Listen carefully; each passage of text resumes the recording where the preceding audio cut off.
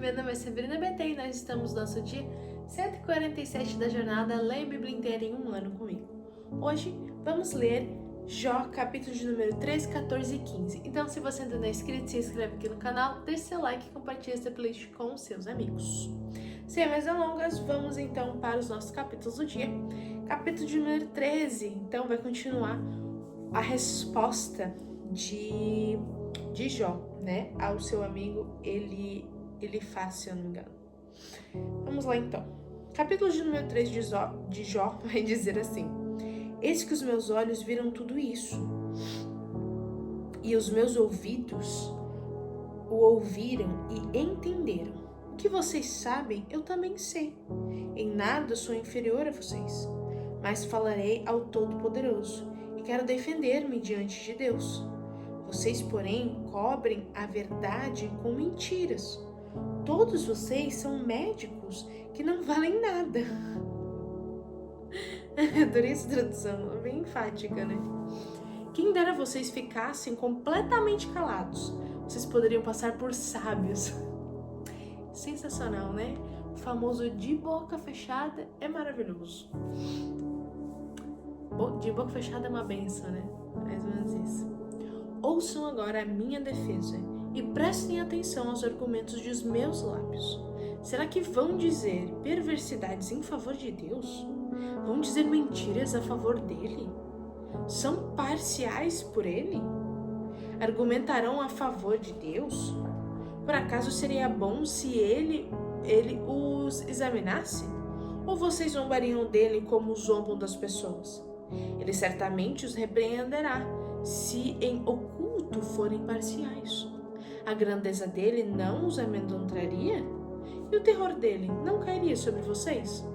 As máximas de vocês são provérbios de cinza. As defesas de vocês são muralhas de barro. Calem-se diante de mim, e eu falarei. Que venham sobre mim o que vier. Tomarei a minha carne e os meus dentes e porei a minha vida nas minhas mãos. Eis que ele me matará. Já não tenho esperança, mesmo assim defenderei a minha conduta diante dele.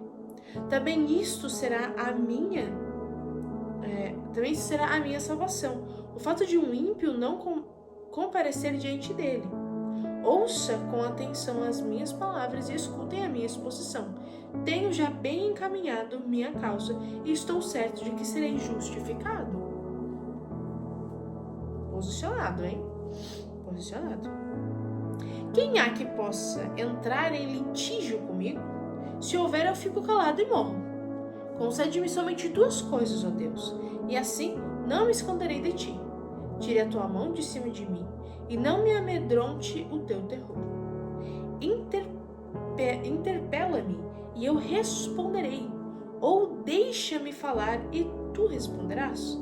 Quantas culpas e pecados tenho eu? Mostra-me a minha transgressão e o meu pecado. Por que escondes o teu rosto e me consideras tão inimigo? Queres aterrorizar uma folha levantada pelo vento e perseguirás a palha seca? Pois decretas contra mim coisas amargas e me atribuis as culpas da minha mocidade. Também prendes os meus pés com correntes, observas tantos os meus caminhos e traças limites à planta dos meus pés, apesar de eu ser como uma coisa podre que se consome, e como a roupa que é comida pela traça. O ser humano, agora o capítulo 14, ele vai continuar o seu discurso. O ser humano, nascido de mulher, vive breve tempo, cheio de iniquidades, de inquietações. Nasce como a flor e murcha, foge como a sombra e não permanece. Sobre ele abre os teus olhos e me fazes entrar em juízo contigo. Quem poderá tirar coisa pura daquilo que é impuro? Ninguém. Visto que os dias do ser humano estão contados, o número de seus meses estão nas tuas mãos. Traçaste limites além dos quais não passará. Desvia dele o teu olhar, para que tenha repouso até que como o trabalhador tenha prazer no seu dia. Porque há esperança para a árvore, pois mesmo cortada voltará a brotar, e não cessará os seus rebentos. Se as suas raízes envelhecerem na terra, e o seu tronco morrer do chão, ao cheiro das águas brotará. Eu acho essa parte muito bonita. E dará ramos com a planta nova. Mas se alguém morre e fica prostrado, o ser humano expira e para aonde vai. Como as águas do lago evaporam e o rio se esgota e seca, assim o ser humano se deita e não se levanta. Enquanto existirem os céus, não acordará nem será despertado do seu sono. Dessa parte ali a esperança, né, da árvore e tal, eu acho muito bonito, porque inclusive tem um hino do Diante do Trono, não sei se vocês conhecem, deixa aqui nos comentários, que vai falar justamente sobre essa passagem, e é tão bonito, assim, tipo, toda a esperança que tá, né, nesse pequeno trecho, assim, e até numa forma melódica, assim, a música é muito bonita, e aí essa parte é tão, realmente, é uma coisa que dá uma esperança, assim, sabe, você vê nesse discurso de Jó também, mostra, né, o coração dele, que ele tinha esperança, sabe, que por mais que ele olhasse, talvez ele sentisse que realmente o Senhor iria levá-lo por conta de toda aquela situação, mesmo tendo a convicção de que ele era íntegro e não tinha feito nada para merecer aquilo, ele traz essa de forma poética, né, essa questão da árvore cortada ao cheiro das águas, né, florescerá. E aí isso é tão bonito, né? Porque mostra essa esperança que ele tinha realmente de ser restaurado. Ele tinha uma esperança, ele tinha uma confiança nesse Deus maior dele, né? Então, isso também é bem interessante. Mas continuando. Quem dera me escondestes na sepultura e me ocultastes até que a tua ira passasse. Quem dera me fixasses um prazo e depois te lembrastes de mim. Quando alguém morre, será que volta a viver? Todos os dias da minha luta esperaria até que viesse a minha mudança. Tu me chamarias e eu te responderia. Teria saudades da obra de tuas mãos e até contarias os meus passos e não levarias em conta os meus pecados. Minha transgressão estaria selada num saco e terias encoberto as minhas iniquidades. Mas como o monte que desmorona e se desfaz, e a rocha que se move do seu lugar, como as águas gastam as pedras e as cheias levam o pó da terra, assim destróis a esperança humana. Tu prevalestes para sempre contra o ser humano, e ele passa mudas e semblantes dele, e o despedes. Seus filhos recebem honras, e ele não sabe. São humilhados e ele não percebe. Ele sente as dores apenas do seu próprio corpo. A sua alma lamenta apenas para si mesmo. Agora o nosso último capítulo de hoje, mas então o início da segunda fala de Elifaz, capítulo de número 15. Então Elifaz, o temita, tomou a palavra e disse: será que um sábio daria respostas vazias? Será que encheria a si mesmo de vento leste? Argumentaria com palavras que nada servem e com razões das quais nada se aproveita? Mas você destrói o temor de Deus e diminui a devoção a Ele devida, pois o que você fala se inspira em sua iniquidade, e você adota a língua dos astutos. Sua própria boca o condena, e não os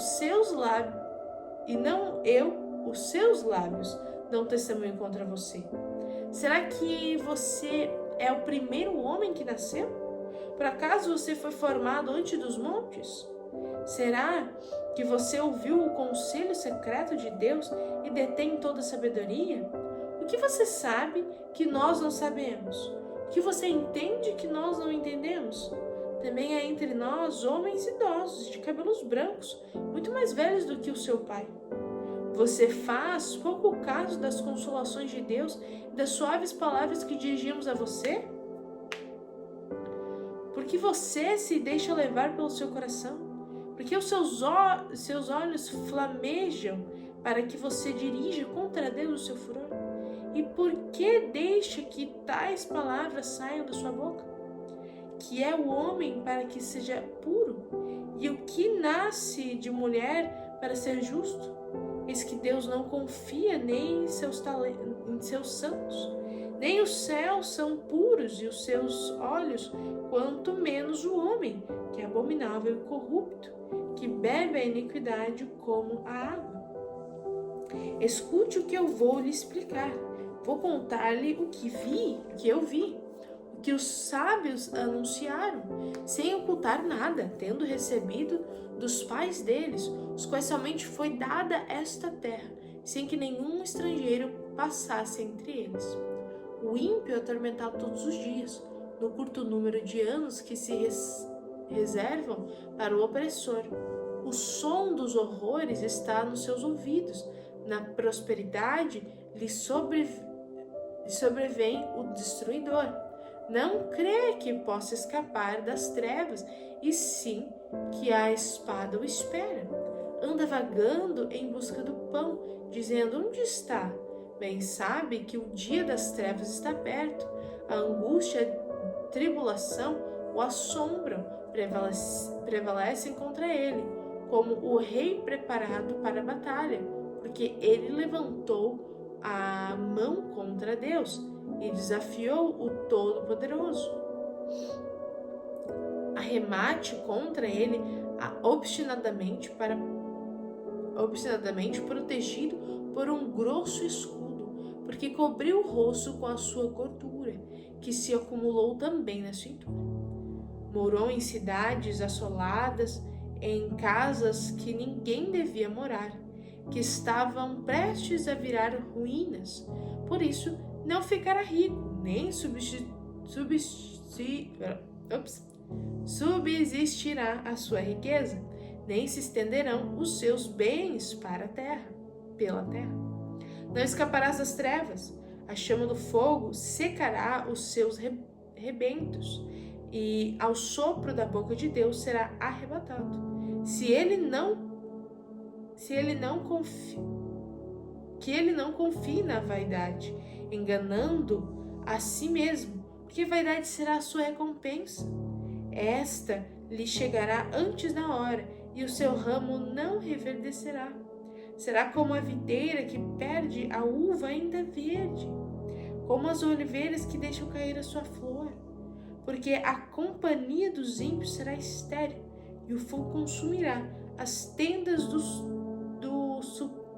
suborno, concebem o mal e dão à luz a iniquidade. O coração dele só prepara enganos. Então aqui ele faz como se fosse um pouquinho mais incisivo, hein, no que vai falar, hein. Então tá ficando acalorada essa discussão aí, hein. Então amanhã a gente vai descobrir o que Jó responde a tudo isso que ele falou pela segunda vez. Deixa aqui nos comentários o que você achou mais interessante.